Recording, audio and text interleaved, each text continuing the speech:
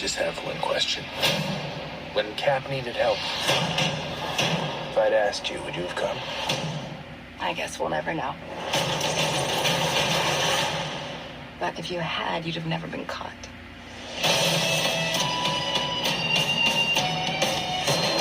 I do some dumb things, and the people I love the most, they pay the price.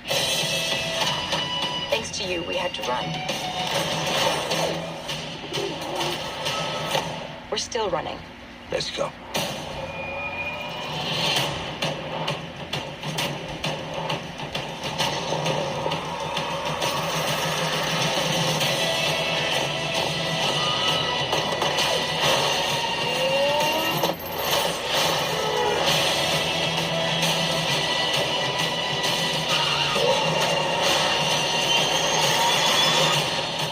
Just need someone watching your back. Like a partner.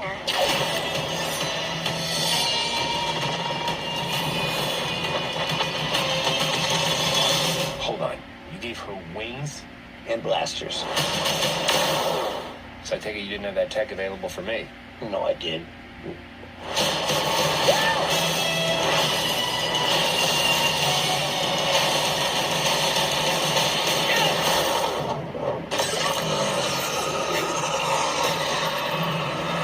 Shit! That's what that dude's probably thinking when he saw that for the first time. Shit! Like, if you want to sell this movie, that's the way to do it. I don't care if it's the same thing that happened, except in the first movie it was Thomas the Tank Engine, and this one it's the Hello Kitty Best Dispenser.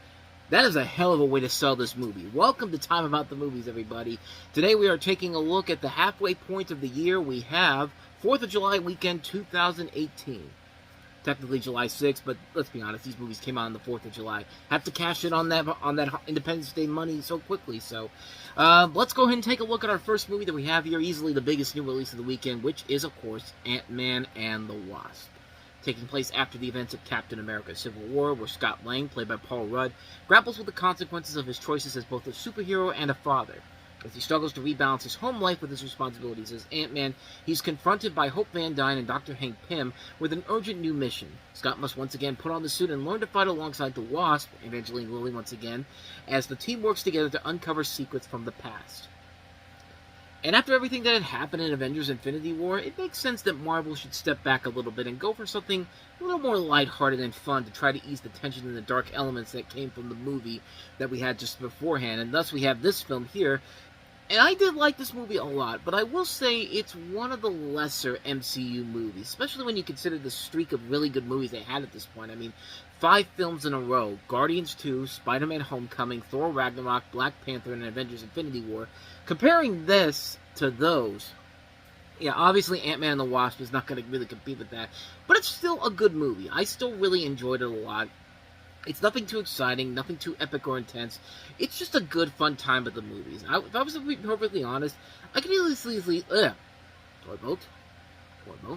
I can easily say that the first half of this movie is honestly a little bit slow, and it does take a little bit of time to truly get going. But once that second half and that plot get going, the movie does really begin to pick up speed and get back on track almost immediately.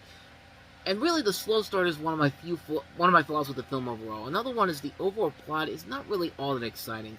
They end up throwing in one too many subplots in this to try to sweeten the script up here. Like, I really didn't see the need for Walton Goggins to basically be in this to play just a simple stock villain, who really doesn't have a motive here except to just be a stock bad guy. And I know we're just coming off of Thanos, one of the best villains in the MCU altogether. And don't get me wrong, I love Walton Goggins. He's a great character actor, and he can be a badass villain too. But he just seems really pointless to the story here. You could have just had Ghost be the main bad guy, and you would have had something like Hotel Transylvania, where you really don't have a bad guy, you just have to have a good movie. Goggins in this is the equivalent of Rob Riggle's character in Hotel Transylvania 2. He's just there to kind of be a pointless villain in a movie that doesn't really need a villain at all. But as far as everything else goes, I really did have a lot of good time with the film overall.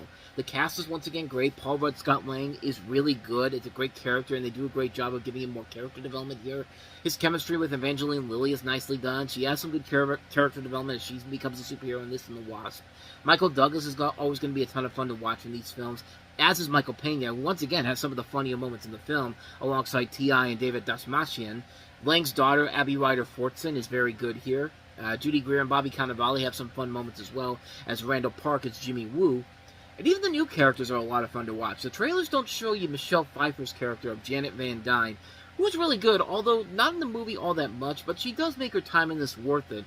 Lawrence Fishburne, I thought, had a pretty good role as Bill Foster, which is funny because Douglas played a character called Bill Foster in Falling Down, and all those Bill Foster's character stuff in the comics, I still thought that was kind of amusing. It's just like, I was actually kind of surprised they didn't make a reference, like Lawrence Fishburne tells Michael Douglas the name of his character, and he's just like, why does that name sound familiar? I feel like they could have thrown that in there.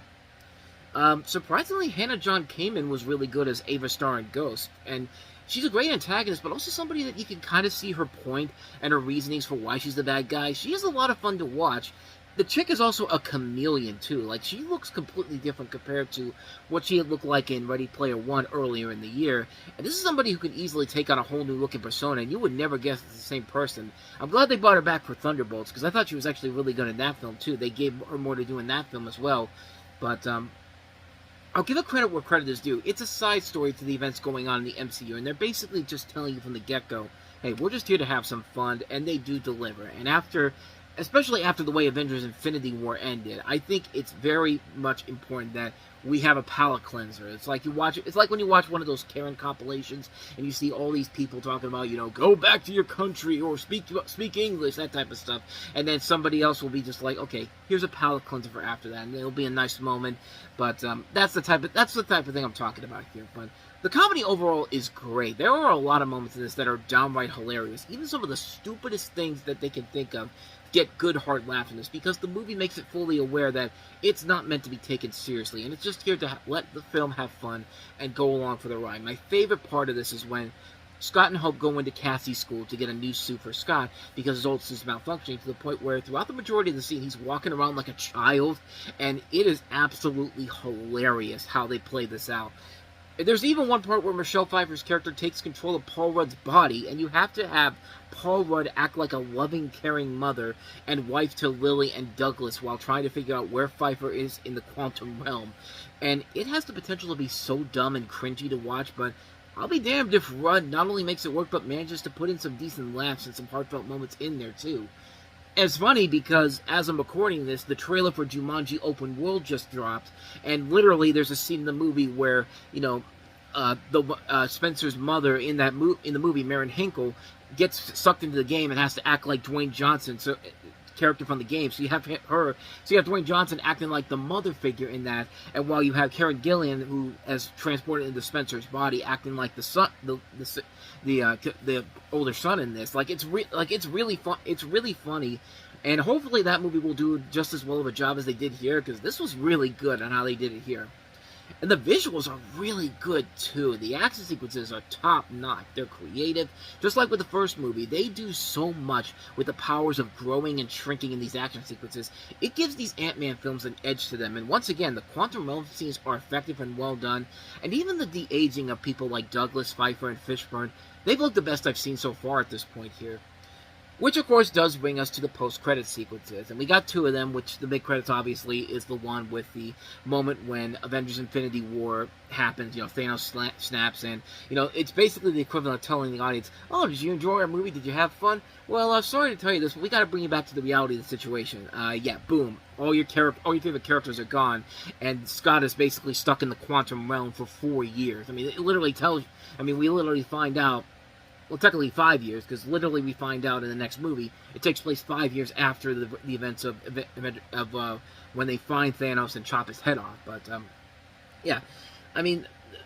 basically the mid-credit sequence basically brings us back to the fact that, half of humanity is gone after the events of Infinity War, and what they do, you can kind of see coming by the way they present it. You figure maybe 1 or 2 people are going to get phased out to dust, but no. Scott Lang is stuck in the quantum realm with Janet, Hope, and Hank waiting in the real world, and then when the snap happens, all three of them are gone and turned to dust, which means Scott is still trapped in there, and he'll be stuck there until, 5 years later from this world, basically a year later because of what's happening in Avengers Endgame. To me, that's about as good of a twist as you can get, because now you want to know, how does he get out of there? As we find out in Avengers Endgame, the truck gets basically impounded, and he finally makes it out of there, but he makes it out of there 5 years after the snap happens. But you really don't need to stay for the second credit scene at the tail end, because you basically saw it in the trailer, like the second trailer where you have the scene where the big ant is playing the drums, but it's really unnecessary. But again, I kind of thought it was good overall. I enjoyed it because it mainly did two things. One, it took one of the stupider but funnier gags in the film, the ant playing the drums, and was able to also blend it with the ominous state of the emergency sounds playing in the background to create this balance of humor and dread, right down to the card coming up and saying, Ant-Man and the Wasp will return, and then the turning into the question mark, so it's now Ant-Man and the Wasp will return, question mark? And again, it's pretty obvious they're going to come back. I mean, I don't believe that they're going to kill these characters off. Most of these characters have been introduced within the span of about 5 years, are gone forever. I don't think that's not the case at all. Doctor Strange is going to come back. Black Panther's going to come back. Spider-Man, the Guardians of the Galaxy, they're coming back. Now that we know the truth overall. But yeah, they did a pretty good job of basically making something that's obvious what's going to happen, but at the same time, you also have that sense of, is things going to be the same when everyone comes back? Again, we're still less than a year away from Avengers Endgame happening. And yeah, at the time, I expected some of the older characters that have been in the cinematic universe since the beginning to switch their lives out for them or something like that. I didn't think everybody who turned to dust will stay dead overall. And naturally, that was the honest truth about what happened later on. But yeah, I did enjoy this movie a lot. I think it was a fun film. I don't think it's as good as some of Marvel's more recent films that had come out at that time, but it's still a really good movie. And like I said, a nice palate cleanser to the emotional roller coaster that was Infinity War. It starts off slow, but does pick up in the second half overall. Great laughs, great action, good time all around. It's a really good movie. I enjoy it a lot. So let's go ahead and move on to the other big, what was I going to say here? The other big sequel of the weekend, which was not even really a sequel, but more of a prequel, and that is, of course, The First Purge. What makes America great? The answer's simple, really. Americans make America great. You are the lifeblood of the nation, and your rights as Americans must be safeguarded. There's only one solution to keep our country great: a new tradition. Participate today, and nothing will make you prouder than when your boy looks up at you and says, "Dad, I want to purge too." Alright, let's have a question here. This is 8 years ago since this movie came out. If you had not known that this was actually something for The Purge for about the first 25 seconds, be honest with yourself. Would you think that this was a promo for the new Purge movie, or what was actually happening in the Trump administration? Because really, I don't think you could really tell a difference overall here. But so this is The First Purge. This is a prequel that basically shows you how the Purge came to be. We finally get the answers to why the Purge is happening. After the first movie, it was just like, why are we doing the Purge? Because the Purge works, which isn't a really good answer. But luckily, the other two sequels were able to do that, to answer the question for us. And in this movie, to push the crime rate below 1% for the rest of the year and restore the economy, the new Founding Fathers of America, NFFA, tests a sociological theory that vents aggression for one night in one isolated community. But when the violence of the opposers meets the rage of the marginalized, the contagion explodes from Staten Island, the trial area, and spreads across the nation. Because there are more parties being thrown than people being killed, the NFFA takes matters into their own hands. And the Purge franchise has been that little surprise of a franchise that took me off guard. It's been a series that has been consistently getting better and better with every film. The first Purge movie, like I said, was a flawed film, but still fun. The premise was a cool concept. The second movie, Anarchy, fixes a lot of the flaws from the first movie and even builds on that world that manages to have a satirical edge to it. Election Year that manages to top that by upping the satire with a political edge, and each film got better and better as they went along. And then you got this movie here, which definitely takes a step back from the previous films, but also kind of a step forward to where the movie is still an enjoyable film, but not upping the ante as much as the previous films did with each new installment. There's still a lot to appreciate here. The visual look of the film is still nicely done. The cast in this overall is really good. I really like Marissa Tomei as the architect in here. The action sequences are nicely done, and even the violence is nicely done too. And they do improve the story here, showing that the Purge became what it is essentially became because the big bad government forced it to be more aggressive and violent. And that being said, I will say that the movies are starting to show signs of being too formulaic. You can kind of see where things are going to go from this point on, and they're leaving very little to throw in on terms of legitimate twists and turns to give the franchise that edge to work with. It's kind of like what happened with the Paranormal Activity movies. They got better and better in the first 3 films, and then film 4 comes along and basically leaves themselves little space to throw new twists and turns and ends up collapsing itself at the very end. The Purge is heading kind of in that direction overall if it continues on that same path. I really hoped it didn't, and I hope they find a new element to take it overall. They kind of did with the last movie, The Forever Purge, which was basically, some people have decided to make the Purge a all-day thing, like a daily thing now, instead of just having it being one night of the year. It's just like it's like everywhere now, every single day of the week, and that was just kind of the point where it's just kind of like, I get what you're trying to do here, but you're really grasping for straws at this point here. I mean, The Forever Purge isn't a bad movie, but it's definitely nowhere near as good as the first 3 movies in particular. And while this is definitely a step down from the last movie overall, the First Purge does still have a ton of those elements that do make it an enjoyable movie. Still a lot of great visuals, still a lot of good action, still a lot of good work with the cast, the story is still well done.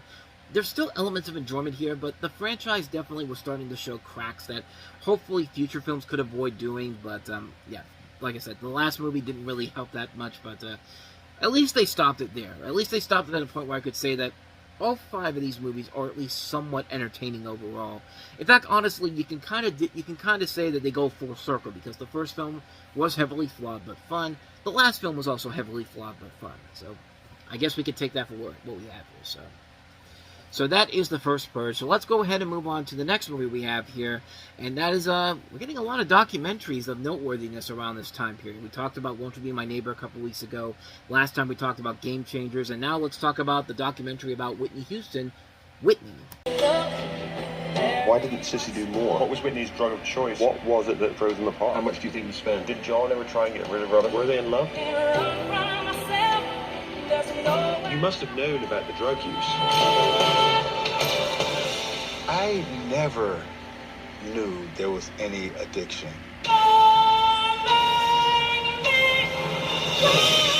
I'm singing music from my heart. Hot.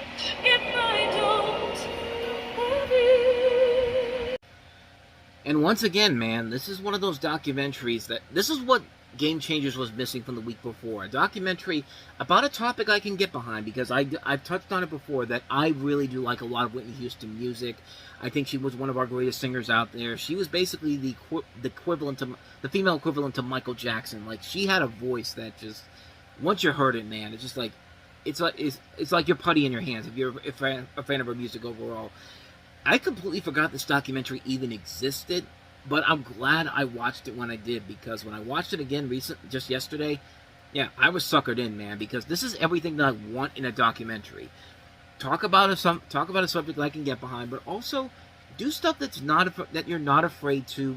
Don't be afraid to go too dark with it overall. And this thing does tackle on some serious issues, like, they're talking to, the director of this, the documentary person who's doing this, Kevin McDonald, I think, is the director doing this.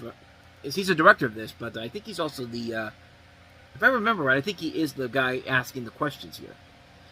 He's not afraid to ask the hard questions. He's not afraid to ask him, did you know that she was doing drugs and all that? And, you saw it a little bit there. So many of those people didn't know that she was doing this type of stuff to herself. And, it just goes to show you the trials and tribulations of being a famous celebrity like this. I mean, being one of the greatest singers of all time, and yet you still have those pressures that you just can't, and urges that you just can't help yourself with. I mean, this documentary really did surprise me, because, like I said, I completely forgot this thing even existed, but I'm glad I found it, man, because, yeah, it's definitely one of the best documentaries I've ever seen. And like I said, it's directed by Kevin MacDonald, who I thought simply just directed, movies, because he did The Last King of Scotland, State of Play, he did Black Sea, a lot of really good movies. But yeah, he's done other documentaries too. He did the one about Bob Marley. He did One Day in September, which came out in 1999. That one talking about the Munich Israel attacks during the Olympics. He recently did the documentary about John and Yoko Ono, 1-to-1, and yeah, like I said, I had no idea he directed this movie, but I'm glad I found it, man, because this is a movie that did more about Whitney Houston than the biopic did. It's one of those things where, this is a better Whitney Houston movie than the safe and marketable biopic we got 4 years later, which, as much as I like the performance by Naomi Ackie in that movie is not a good movie. It's a terrible film. It's a film that is just safe and marketable for its own good. It doesn't care about actually giving you the cold hard truths about what happened to Whitney Houston, and I like that this movie was not afraid to do that here. And like I said, it's one of the best documentaries I've ever seen, man. It's definitely a movie where it's a movie that gives you everything you want. You got the positives, the great music overall. You get to see Whitney Houston doing what she loved, but you also get to see the dark stuff overall, the stuff that this movie that shows the behind the scenes stuff that people don't want to have in these biopics anymore. And it just works. It works really well, and you're so compelled and just invested in what's going on here, and it just keeps you invested all the way across the film. And again, it's great that this movie is not afraid to just ask the hard questions here. It's a really intriguing watch overall. It's a great documentary. It's one you should definitely check out if you haven't seen it. And yeah, part of a very good year of documentaries with this and Won't You Be My Neighbor. It's a really, really good year for documentaries in general. And this one, I was glad to find it and watch it, because it was definitely worth the watch overall. If you haven't seen Whitney, definitely check it out. It's definitely worth the watch indeed. So let's go ahead and wrap this up here by taking a look at a classic musical from back in the day, back in theaters again this weekend. It's the Beatles in Yellow Submarine. The greatest band in history, the Beatles, hello, in their greatest trip ever. We all live in a yellow submarine. Yellow Submarine is back as you've never seen or heard it before. You could pass for the originals. We are the originals. With Sergeant Pepper's Lonely Hearts Club Band. The Beatles animated classic is surfacing again. All you need is love. But now it's digitally restored, newly remixed, and finished in 5.1 surround sound on video, DVD, and CD soundtrack this fall. Groovy. Don't miss the Beatles boat. All aboard for Pepperland. It's the trip of your life. The Beatles, Yellow Submarine. Obviously, that's not from the 2018 re-release. That's from the 1999 VHS debut of that movie. But to be perfectly honest, I specifically went for that trailer because if you watch the full trailer for the original release of the film, it is filled with full-length versions of the Beatles songs. And basically, I was more than likely probably going to get copyrighted for this movie, for that trailer being on there. But who knows? I'll still get copyrighted for this one, probably for one of these trailers here. But the Beatles, Yellow Submarine. It's the 50th anniversary re-release of this movie because it came out in 1968. And it's about the music-hating Blue Meanies who have taken over Pepperland and freeze everyone within it, including the Protectors, Sergeant Pepper's Lonely Hearts Club Band, Captain Fred, and his Yellow Submarine recruit the Beatles to help save Pepperland. Along the way, they fall through the sea of time, sea of nothing, sea of holes, and more. They meet Jeremy Hillary Boob, Ph.D., and take him with them for the adventure. At Pepperland, the Beatles rally to land the rebellion and take down the Blue Meanies, the four-headed meanie dog, and the dreadful Flying Glove, with the song Sergeant Pepper's Lonely Hearts Club Band, with a little help from my friends, Hey Bulldog, All You Need Is Love, and in the end, all four live-action Beatles sing All Together Now. So yeah, it is definitely one of the most visually stunning, trippiest, drug-filled movies that just, I mean, this movie in particular was so inspirational for several different people in particular. You know, John Lasseter credited the film with generating wider interest in animation as a serious art form, as it at the time it had been considered a children's medium at the time, even though you still had stuff being made for adults like Looney Tunes and like all those classic cartoons, even though they were being made, even though these theaters were making them specifically for kids.